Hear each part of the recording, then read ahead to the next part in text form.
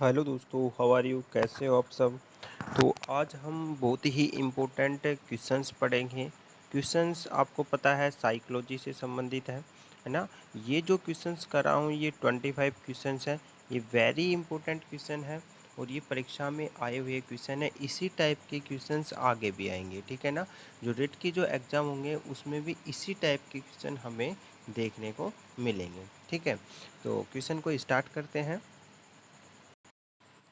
तो question number 1 है, आनुवांशिकता से तात्पर्य निम्नलिखित में से किस से होता है?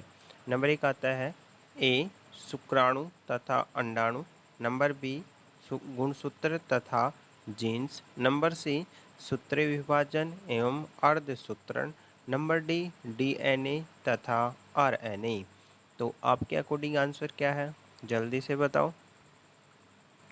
तो दोस्तों इसका सही आंसर है बी गुणसूत्र तथा जीन्स। मतलब जो आनुवांशिकता होती है, जेनेटिक्स होते हैं, वो किससे रिलेटेड होते हैं? गुणसूत्र से और जीन से रिलेटेड होते हैं। अगला क्वेश्चन है, निम्नलिखित में से कौन से सिद्धांत का प्रतिपादक फ्रायड द्वारा किया गया था? मतलब जो फ्रायड जो साइंटिस्ट था उसके द्वारा कौन सा सिद्धांत दिया गया था? नंबर ऑप्शन आता है ए संज्ञानात्मक सिद्धांत, नंबर बी आता है मनोसामाजिक सिद्धांत, नंबर सी आता है उद्दीपक अनुक्रिया सिद्धांत और नंबर डी आता है मनोविश्लेषणात्मक सिद्धांत। तो आप बताओ कौन सा आंसर ठीक है? जल्दी से। तो इसका सही आंसर क्या है? डी मनोविश्लेषण सिद्धांत। अगला क्वेश्चन है नंबर 3, निम्न में से मनोसामाजिक सिद्धांत का प्रतिपादक किसके द्वारा किया गया था? नंबर ए आता है सिगमंड फ्रायड के द्वारा, नंबर बी आता है एरिक्सन के द्वारा, नंबर सी आता है ए बी हरलोक के द्वारा, नंबर डी आता है इनमें से कोई नहीं। तो आपके अकॉर्डिंग सही आंसर कौन सा है? तो इसका सही आंसर है दोस्तों बी एरिक्सन के द्वारा। तो क्या है? मनोसामाजिक सिद्धांत किसने दिया था? एरिक्सन के द्वारा दिया गया था। अगला क्वेश्चन नंबर 4 है, निम्नलिखित में से कौन सा सिद्धांत विकास से संबंधित नहीं है? तो ऐसे क्वेश्चनों को ध्यान से पढ़ें। ये क्या बोल रहा है? निम्नलिखित में से कौन सा सिद्धांत विकास से संबंधित नहीं है? क्या पूछ रहा है? नहीं है। तो आरबीएससी के अकॉर्डिंग है ये क्वेश्चन। तो पहला आता है विकास एक सतत प्रक्रिया है, नंबर बी ऑप्शन आता है विकास अंतर्क्रिया का परिणाम है, नंबर सी विकास के विभिन्न पक्ष एक दूसरे पर निर्भर नहीं करते हैं, नंबर डी आता है विकास सामान्य से विशिष्ट की ओर अग्रसर होता है। तो इसका सही आंसर कौन सा है दोस्तों? जल्दी बताओ। ये याद रखना, नहीं है पूछ रहा है।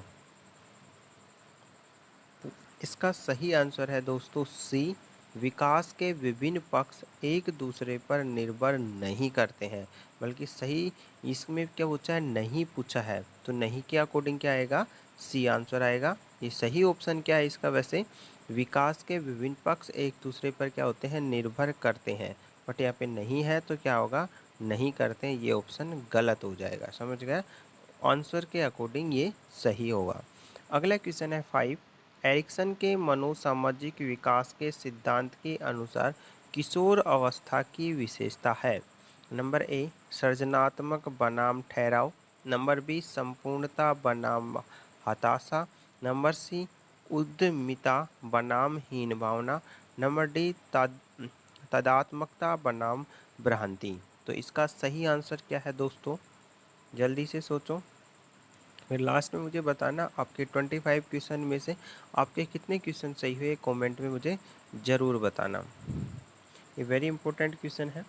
तो इसका सही आंसर है डी तदात्मकता बनाम भ्रांति। ये इसका क्या है? सही आंसर है। अगला क्वेश्चन है अगला क्वेश्चन 6 है, फील्ड ऑफ साइकोलॉजी के लेखक है? फील्ड ऑफ साइकोलॉजी के लेखक है। नंबर 1 आता है बुर्नर, नंबर बी आता है गिलफोर्ड, नंबर सी आता है मेंडुगल और नंबर डी आता है वाटसन। तो आपके अकॉर्डिंग कौन सा आंसर सही है? तो इसका सही आंसर है दोस्तों बी, गिलफोर्ड। तो फील्ड ऑफ साइकोलॉजी पुस्तक किसने लिखी थी? गिलफोर्ड ने लिखी थी। अगला क्वेश्चन है क्वेश्चन नंबर 7। एक अध्यापिका कक्षा में कई खिलौने और वह चमकीली वस्तुएं साथ में लेकर कक्षा में प्रवेश करती है। संभवतः कि वह जिस आयु वर्ग के विद्यार्थियों को पढ़ाती है वह आयु वर्ग है। तो इसका सही आंसर कौन सा है? मतलब इसका ऑप्शन पहला है ए शिशु, नंबर बी पूर्व बाल्यावस्था, नंबर सी उत्तर बाल्यावस्था, नंबर डी किशोरावस्था। तो सही आंसर कौन सा है इसमें से? जल्दी बताओ। ऐसे क्वेश्चंस बहुत इंपॉर्टेंट होते हैं, है ना, ये ऐसे ही एग्जाम में क्वेश्चन आते हैं। तो इसका सही आंसर है दोस्तों बी, क्या? पूर्व बाल्यावस्था। तो पूर्व बाल्यावस्था उसे हम खिलौनों की अवस्था या कोई भी चीज़ को देखने से वो बच्चे ज़्यादा अट्रैक्टिव होते हैं, इसलिए इसको खिलौने की अवस्था या पूर्व बाल्यावस्था भी कहा जाता है। अगला क्वेश्चन है नंबर 8। श्रेष्ठ हर समय अपनी साज सज्जा श्रेष्ठा हर समय अपनी साज सज्जा पेटिका को लेकर कांच के सामने खड़ी रहती है। उसे जिस अवस्था में होने की संभावना है वह कौन सी अवस्था है? नंबर ए आता है उत्तर किशोरावस्था, नंबर बी प्रौढ़ावस्था, नंबर सी बाल्यावस्था, नंबर डी शैशवावस्था। सही आंसर कौन सा है? तो दोस्तों इसका सही आंसर है ए, उत्तर किशोर अवस्था। उत्तर किशोर अवस्था में जो बच्चा होता है वो अपने शरीर पर, अपनी चमकदम पर, कपड़ों पर ज़्यादा ध्यान देता है। तो इसका सही आंसर क्या है? ए, उत्तर किशोर अवस्था। नंबर 9 पे आता है कार्ल्स सी वेरिसन ने किस विधि का अध्ययन किया था? नंबर ए प्रयोगात्मक विधि, नंबर बी सांख्यिकी विधि, नंबर डी लंबात्वात्मक विधि, नंबर डी क्षैतिजात्मक विधि। तो इसका सही आंसर कौन सा है दोस्तों? तो इसका सही आंसर है सी, लंबात्मक विधि। अगला क्वेश्चन है नंबर 10। फ्रायड ने मनोलैंगिक विकास की कितनी अवस्थाएं बताई? Number A 7, number B 5, number C 6, number D 2। तो इसका सही आंसर कौन सा है दोस्तों? इसका सही आंसर है बी, 5। मतलब फ्रायड के अकॉर्डिंग मनोलैंगिक जो विकास होता है उसकी 5 अवस्थाएं बताई थी। अगला अगला अगला क्वेश्चन आता है 11। चाइल्ड्सहुड एंड सोसाइटी के रचयिता हैं? Number A Freud, number B Erikson, number C John Dewey, number D Watson. तो इसका सही आंसर कौन सा है दोस्तों? इसका सही आंसर है एरिक्सन। उलझन की अवस्था, ये वेरी इंपॉर्टेंट क्वेश्चन है। उलझन की अवस्था कौन सी अवस्था होती है? क्वेश्चन ये है नंबर ए पूर्व किशोर अवस्था, नंबर बी प्रौढ़ावस्था, नंबर डी या सी पूर्व बाल्यावस्था, नंबर डी उत्तर बाल्य अवस्था। इसका सही आंसर कौन सा है दोस्तों? ए पूर्व किशोर अवस्था। अगला क्वेश्चन है टीच कार्यक्रम अधिकांश किस प्रकार के बालक के शिक्षण के लिए प्रयोग किया जाता है? नंबर ए श्रवण बाधित बालक के लिए, मेधावी बालक के लिए, ऑटिज्म, बौद्धिक अक्षमता वाले। तो इसका सही आंसर कौन सा है दोस्तों? सी ऑटिज्म। छदम अगला क्वेश्चन है 14। छदम परिपक्वता काल होता है? पूर्व किशोरावस्था, बी प्रौढ़ावस्था, सी पूर्व बाल्यावस्था, डी उत्तर बाल्यावस्था। इसका सही आंसर कौन सा है दोस्तों? पूर्व बाल्य अवस्था, मतलब आंसर सॉरी इसका सही आंसर है डी उत्तर बाल्य अवस्था। इसका सही आंसर कौन सा है? उत्तर बाल्य अवस्था। डी आंसर इसका बिल्कुल राइट है। अगला क्वेश्चन है निम्नलिखित में से कौन सी अवधि यौवन आरंभ कहलाती है? मतलब प्यूबर्टी एज ऑफ प्यूबर्टी कहलाती है। नंबर ए 6 से 9 वर्ष, नंबर बी 13 से 16 वर्ष, नंबर सी 17 से 19 वर्ष, नंबर डी 10 से 20। तो इसका सही आंसर कौन सा है दोस्तों आपके अकॉर्डिंग? इसका सही आंसर है बी 13 से 16 एज। ठीक है ना, ये क्या कहलाती है? यौन आरंभ अवस्था कहलाती है।